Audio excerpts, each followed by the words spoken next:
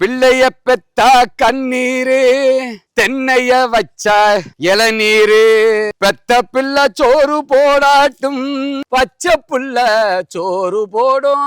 கேருங்க விவாஸ், தென்னங்கால பழுத்துருச்சு. கேருங்க, இனி இது வருமானு கேட்டா நான் வந்ததுனால வரும். இத மாதிரி வளர்ந்த கண்டுக நடுறவங்க தென்னங்கண்ணு வேற அறுத்தாலே அங்க நோய் கிருமிகள் வரும். அப்ப தென்னங்கண்ணு பாக்கெட்டு கண்ணு நட்டா பிரச்சனை இல்லை. தரையிலிருந்து பிடுங்கி கண்ணு நட்டா அத COCன்னு ஒரு பவுடர் இருக்கு, ப்ளூ காப்பர். அத தண்ணில நனைச்சு, அப்படி இல்லாதவங்க பூம் பூஸ்டரை தண்ணில நனைச்சு அதுல முக்கி நடணும்.